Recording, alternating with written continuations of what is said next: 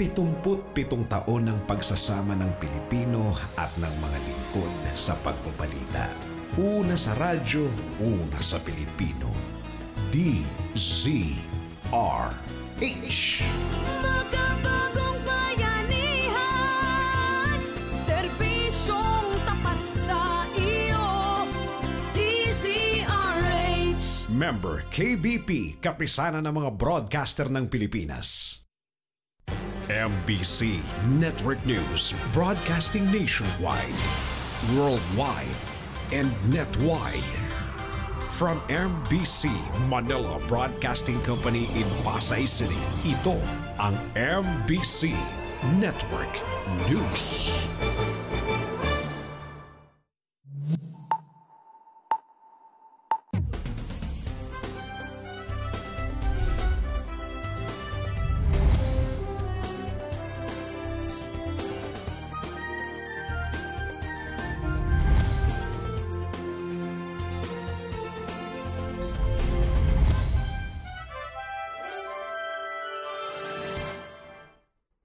Magandang araw Luzon, Visayas at Mindanao at sa buong mundo. Samahan po ninyo ako ng kalating oras na balitaan. Narito ang detalye ng mga balita.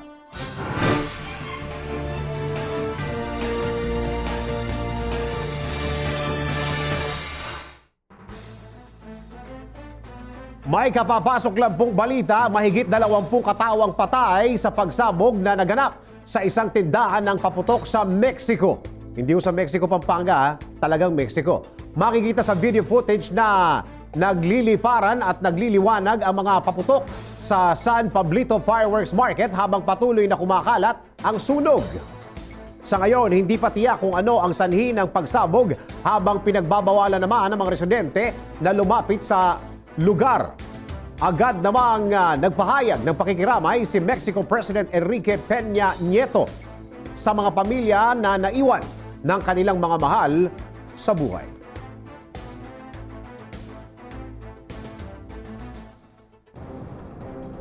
Eto, magandang balita sa mga nagtatago ng mga dolyar.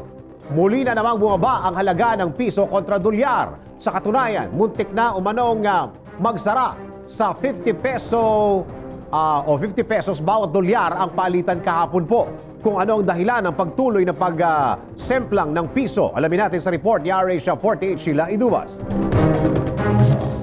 Pumalo na ang piso sa pinakamababang halaga nito kontra dolyar sa loob ng nakalipas na dekada. Sumampa sa 50 pesos ang palitan bago nakabawi sa 49.94 sa kalagitnaan ng trading kahapon. Pero nagsara sa 49.99 mula sa 49.96 noong Lunes. Ang nabanggit na pagsemplang ng piso na dahilan ng paglakas ng dolyar resulta ng tumaas na interest rate sa US. Ang pinakamababa sa loob ng nakalipas na dekada nang pumalo sa 50 pesos and 12 centavos ang exchange rate noong November 16, 2006. Samantala, nagpakalat na ang Bangko Sentral ng milyong-milyong halaga ng bagong mga pera o bills na permado ni Pangulong Duterte sa buong bansa.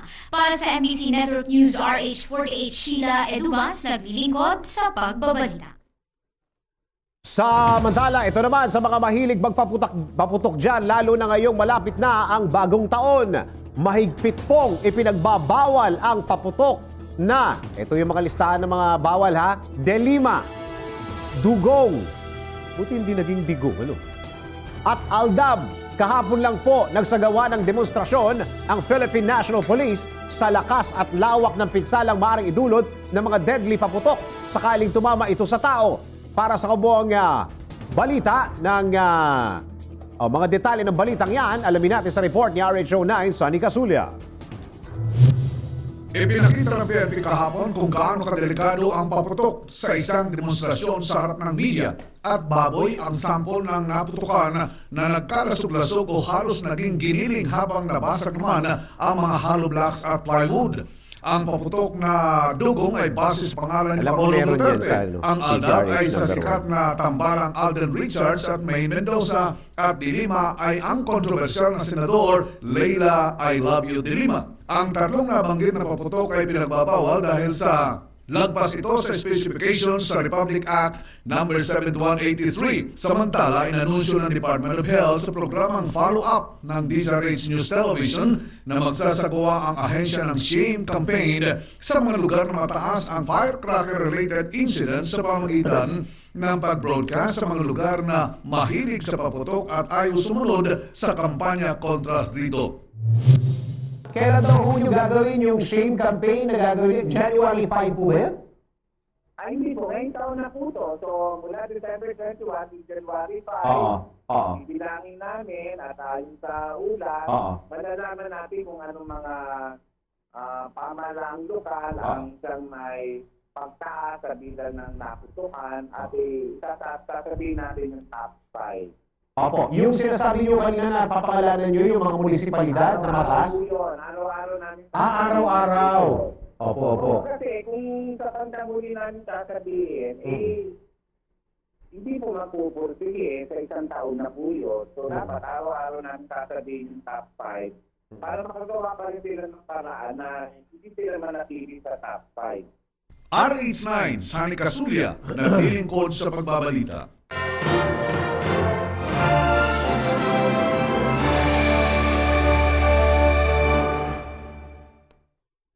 Nakapag-usap na sa telepono si Pangulong Rodrigo Duterte at CPP Founding Chairman Joe Masison at napagkasunduan ang dalawa na magpatupad ng unilateral ceasefire sa Kapaskuhan. Kung ano pa ang ibang napag-usapan ng dalawa, alamin natin sa report ni RH44 Vien Douglas. Naging produktibo ang pag-uusap sa telepono ni na Pangulong Digong Duterte at CPP Founding Chairman Jose Maria Sison. Ayon kay Sison, nagkasundo sila ng Pangulo tungkol sa unilateral ceasefire ng GRP at NDF panel sa panahon ng Pasko at Bagong Taon. Sa kanyang Facebook post, sinabi ni Joma o Ka-Joma na nagkaroon sila ng productive phone conversation ni Digong at nagkasundong i-advance ang negosasyon. Ang FB post si Sison ay ginawa ilang araw bago ang 48th anniversary ng CPP sa December 26. Nangako umano si Duterte na may 60 political prisoners ang palalayain bago matapos ang taon. Para sa MBC Network News, RH44, Vien Douglas, naglilingkod sa pagbabalita. Samantala, NAIA Express Christmas Lane maaari ng daanan ng mga motorista. Magbabalita si RH16, Shane Juan. Simula alas 6 ngayong araw, maaari nang dumaan ang mga sasakyan sa NAIA Express Christmas Lane na pinasinayaan kahapon. Sa pamamagitan nito, magkakaroon ng akses sa mas mabilis na ruta ang mga motoristang papunta sa kanilang destinasyon lalo't ramdam na ang Christmas rush. Pagdudugtungin nito ang Skyway hanggang sa Entertainment City ng Parañaque at sa pagitan ng mga ito ay may entry at exit ramp sa iba pang destinasyon na papunta sa NAIA Terminals 1, 2 at 3 at sa Macapagal Boulevard. Ayon kay DPWH Secretary Mark Villar, isang lane muna ang madadaanan ng mga motorista dahil nasa partial operation pa lang ang kalsada na itinaong buksan ngayong holiday season. Inaasahang makukumpleto ang proyekto sa unang quarter ng taong 2017 at ayon pa kay Villar, ginastusan ng 20.45 million pesos ang proyekto sa ilalim ng public-private partnerships. Samantala ngayong araw din ipapaskil ang toll matrix sa NAIA Expressway at ayon sa Transportation Department ay nasa pagitan ng 45 pesos hanggang sa 134 pesos ang babayarang toll fee. Mula sa Southern Metro Manila, yan ang DCRH News. Shane Juan, RH number 16, naglilingkod sa pagbabalita. Samantala, muli na namang bumanat ang mga terorista sa Sulu matapos kidnapin ang 4 na Pinoy crew ng isang fishing vessel. Kung sino-sino ang mga dinukot, alamin natin sa report ni RH09 sa Nicasulia. Bumanat na naman ang terorista at kinidnap ang 4 na Pinoy crew ng fishing vessel sa karagatan ng Sulu. Ang mga dinukot ay tripulante ng FB Ramona 2 ng Ramona Fishing Corporation na kinilalang sina Noel Besconde, Roel Leones, Roy Ramos at Ray Jim Rocabo, mga residente sa Zamboanga del Sur. Ang 4 na tripulante ay lula ng fishing boat at nangingisda sa bahagi ng Celebesi sa sulu ng kidnapin ng mga ASG. RH9, Sani Casulya, naglilingkod sa pagbabalita. Samantala, patay sa pamamaril ang isang publisher ng pahayagan sa Virac, Catanduanes. Ang unang media killing sa ilalim ng Duterte administration. Kung ano ang motibo ng pagkakapatay sa biktima, alamin natin sa report ni Sheila Idubas. Isang publisher ng pahayagan ng Catanduanes ang binaril at napatay sa Virac ng nag-iisang sospek, ang unang media killing sa Duterte administration. Ang biktima ay si Larry Cue, publisher ng Catanduanes News Now, napapasok na sa gusali ng insurance company nang lapitan at barilin ng gunman na nakabonet at kapote. Tumakas ang sospek sakay ng motorsiklo. Binabanata ni Ke sa kanyang dyaryo ang kapabayaan ng mga opisyal ng lalawigan, kaya nagkaroon ng Shabu Laboratory sa lalawigan na ni-raid 3 linggo na ang nakakalipas. Binatikos ng National Press Club at National Union of Journalists of the Philippines ang pagpatay kay Ke at nanawagan kay Pangulong Duterte na mabigyan ng hustisya ang pagpatay sa mamamahayag. Para sa MBC Network News RH48, Sheila Edubas, naglilingkod sa pagbabalita.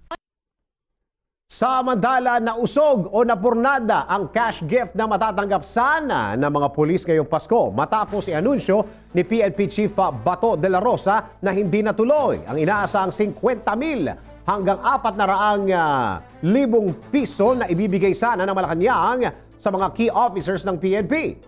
Kung ano ang dahilan ng pagkakaantala ng cash gift, alamin natin sa report ni RH44, Bien Dacles.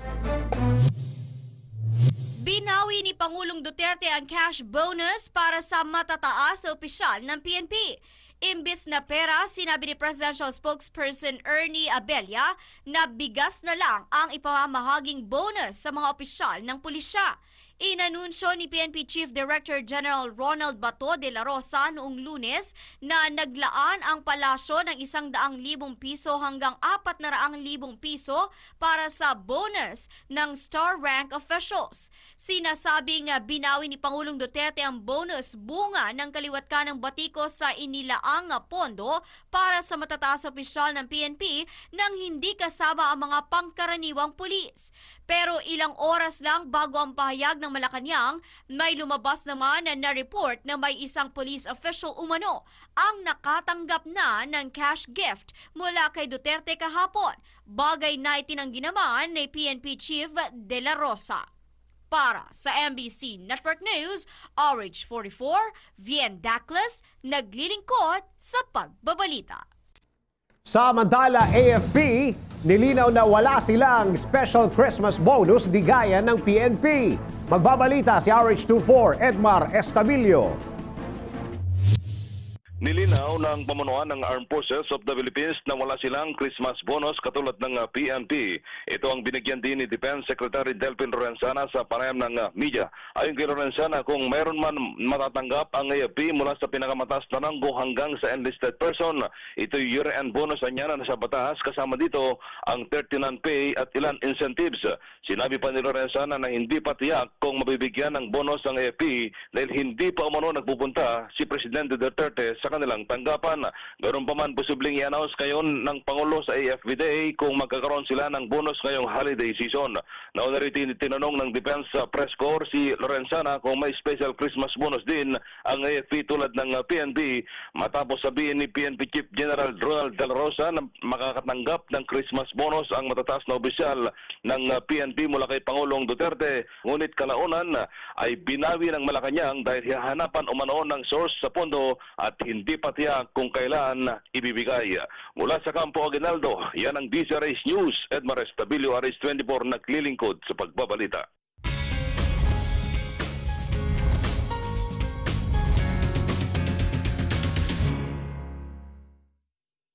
Samantala, para sa ating balitang showbiz, Star Cinema ay tinangging umatras sila sa MMFF 2016. Magbabalita si RH43, si Rocky. Walang katotohanan ang napabalitang umuurong na ang Star Cinema sa pagpapalabas ng kanilang pelikulang Vince and Kat and James sa Metro Manila Film Festival 2016.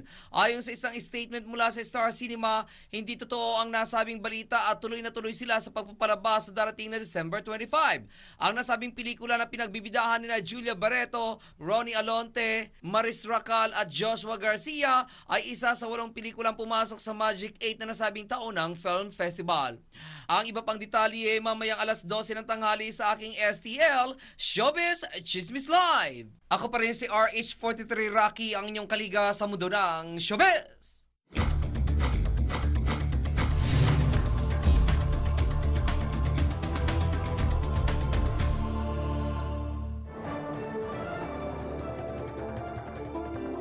Nako, eto naman, pasintabi lang po sa mga nanay na nanonood kasama ang kanilang mga anak. Huwag po nating tularan ang trending video na ito kung saan makikita kung paano pinagtulungan ng mga kababaihan ng isang babaeng umano'y kabit. Para sa kabuong detalye, alamin natin sa report ni RH44, Vien Dacles.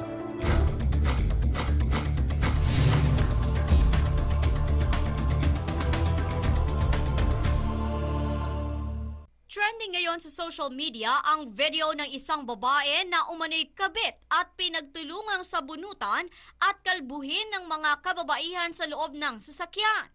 Makikita sa video footage na mayroon ng halos 700,000 views na nagmamakaawa ang umano'y kabit at nais lang umano nito makipag-usap sa misis ng kanyang kinakasama.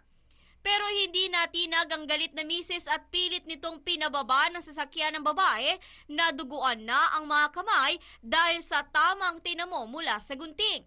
Pinilit pa ng misis na lumuhod ang umano'y kabit sa kanyang harapan sa kabila ng pagmamakaawa nito. Para sa MBC Network News, RH44, Vien Dacles, naglilingkod sa pagbabalita.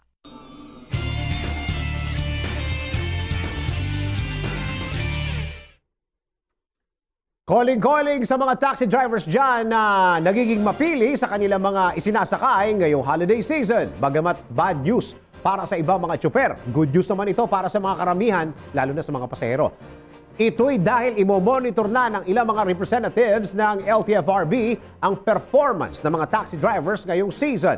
At ang mga mapipiling hindi tumatanggi ay paparangalan. Paano mangyayari? Alamin natin sa report ni RH09, Sunny Casulia.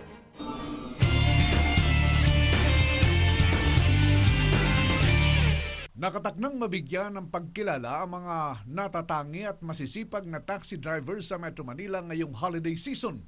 Ayon sa Department of Transportation o DOTR, uumpisahan na ng Land Transportation, Franchising and Regulatory Board o LTFRB ang pagpili sa mga taxi drivers na sasalain at mapapabilang sa top 10 best taxi drivers, kung saan hindi dapat maging mapili ang mga ito sa pasahero kahit pa matindi ang bigat ng traffic dahil sa holiday season sa ano pa mang kadahilanan.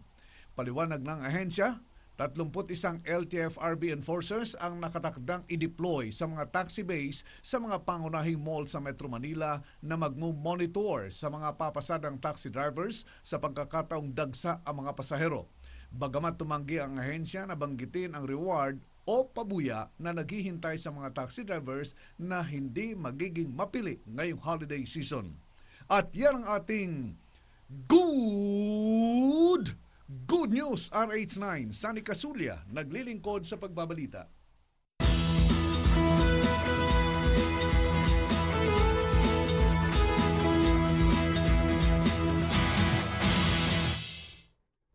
Isa sa mga kontrobersyal na personalidad ngayong taon ay si Senator Laila De Lima. Sa dinami-dami ng kanyang mga isyong kinaharap, kagaya na lang ng relasyon sa dating driver/bodyguard na si Ronnie Dayan at ang umano'y pagiging mastermind sa illegal na droga. Talaga namang mahirap isipin na mapagdiriwang pa ng maayos ng senador ang Pasko. Pero ano nga ba ang 2016 para kay Laila De Lima? Alamin natin sa report ni RH09, Sunny Casulia.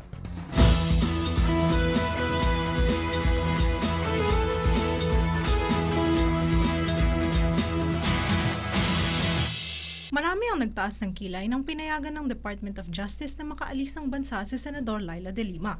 Si De Lima ay kasalukuyang nasa Germany para sa isang speaking engagement. Dumiretso ito mula sa Amerika kung saan tumanggap naman ito ng parangal. Ang senadora ay nahaharap sa patong-patong na kontrobersiya, kasama na dito ang mga kasong nakahain laban sa kanya.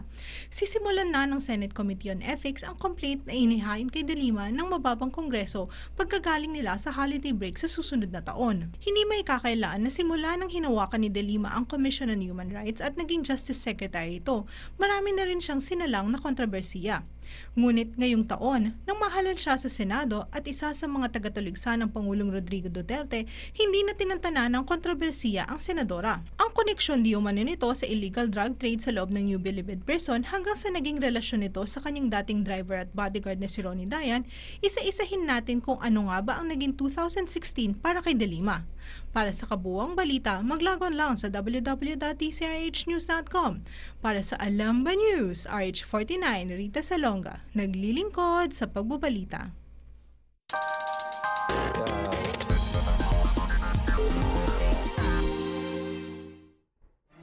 Good news naman ito para sa mga mahilig magbisikleta sa gabi. Naimbento na ang Light Reflective Spray. Kung paano ito nakakatulong para mailigtas sa disgrasya ang ating mga bikers. Alamin natin sa report ni RH44 Vien Dacles.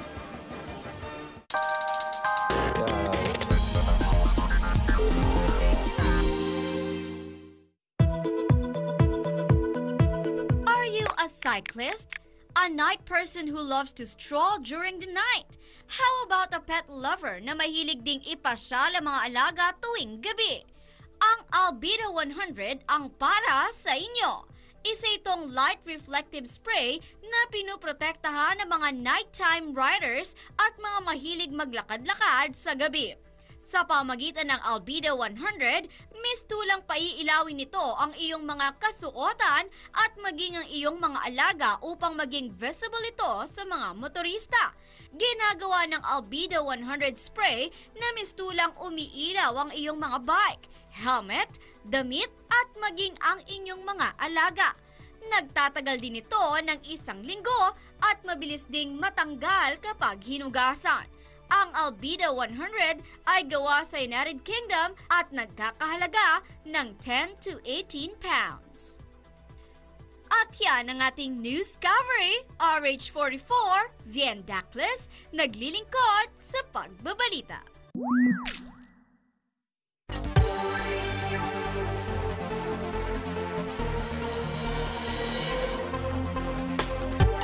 Balita mula sa Germany. ISIS inako ang pag-atake sa Berlin Christmas Market. Inako na ng ISIS State of Iraq and Syria ang responsibilidad sa pag-atake sa Berlin Christmas Market. Sa pahayag ng grupo, ang pag-atake ay kagagawa ng kanilang tinatawag na Soldier of the Islamic State. Isang uri umano ng paghahasik ng terorismo ang naturang trahedya na target ang mga mamamayan ng International Coalition countries.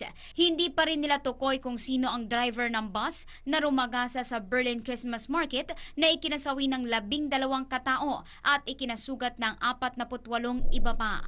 At yan ang balita mula sa Ibayong Dagat. RH48 Sheila Edubas, naglilingkod sa pagbabalita.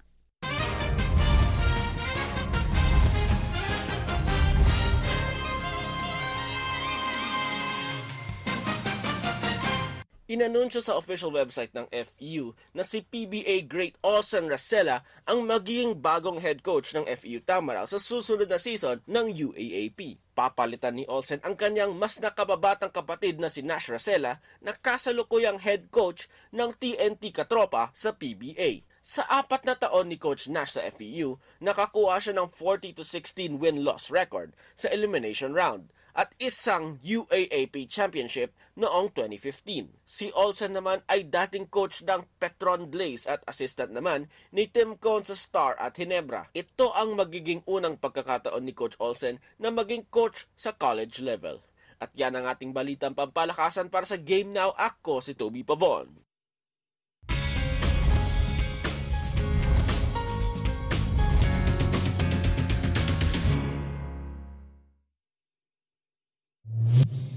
Isa lang maituturing na opisyal ng gobyerno ni Pangulong Rodrigo Duterte si Cesar Montano. Si Cesar ay nanumpa na kay Tourism Secretary Juan Dateo bilang Chief Officer ng Tourism Promotions Board. Magiging trabaho ni Cesar ang i-promote ang Pilipinas sa loob at labas ng bansa bilang isang world-class tourism destination. Ang iba pang detalye mamay alas 12 ng tanghali sa aking STL, Showbiz Chismis Live. Ako pa rin si RH43 Rocky, ang inyong kaliga sa mundo ng Showbiz.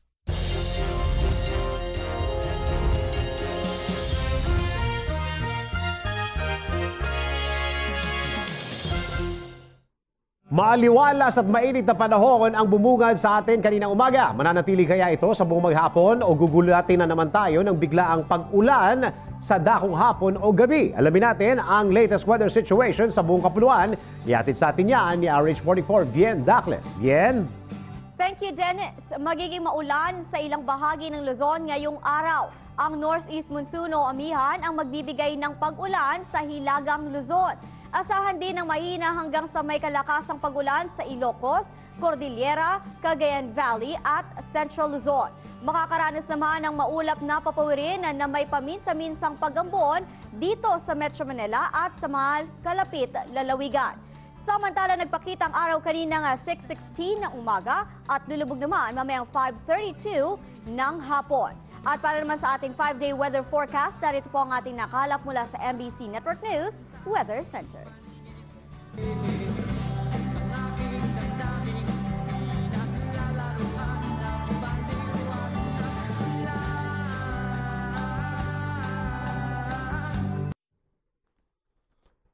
At para sa ating Christmas countdown, ilang araw na lang, Pasko na.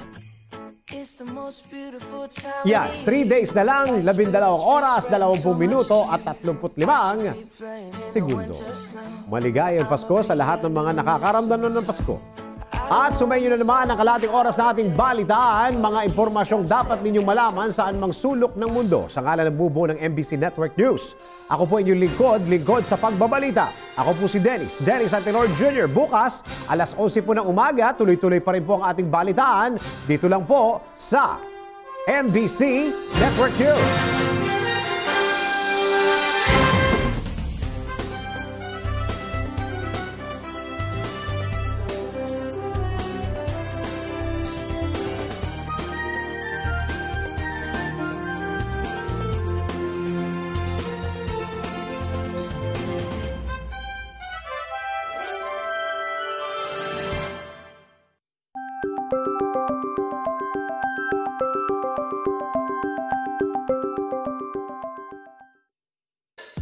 Bonding with the family, pag may time.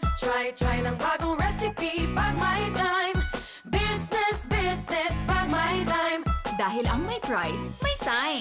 Pride Power Wash. Tama sa washing machine. Tama sa mancha. Kasi may stain-away formula, di ka kusot ng kusot. Tama ang bula, di ka banlaw ng banlaw. Tama sa motor, dahil walang chalk na pwedeng magbara. Pride Power Wash, tama sa washing machine. Update pag may time. All you need is Pride ACS. Loyal ka ba sa toothpaste mo? Sa blind toothpaste test, malalaman. Excuse me, anong toothpaste ang ginamit nyo? Eddie, yung lagi ko ring gamit. Unique pala. Mali tayo.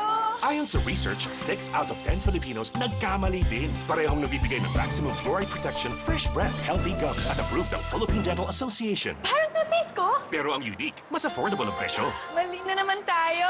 Dahil hindi unique ang toothpaste mo, try mo to. Unique, it's your toothpaste at your price. ACS. Negosyo tip mula sa DTI.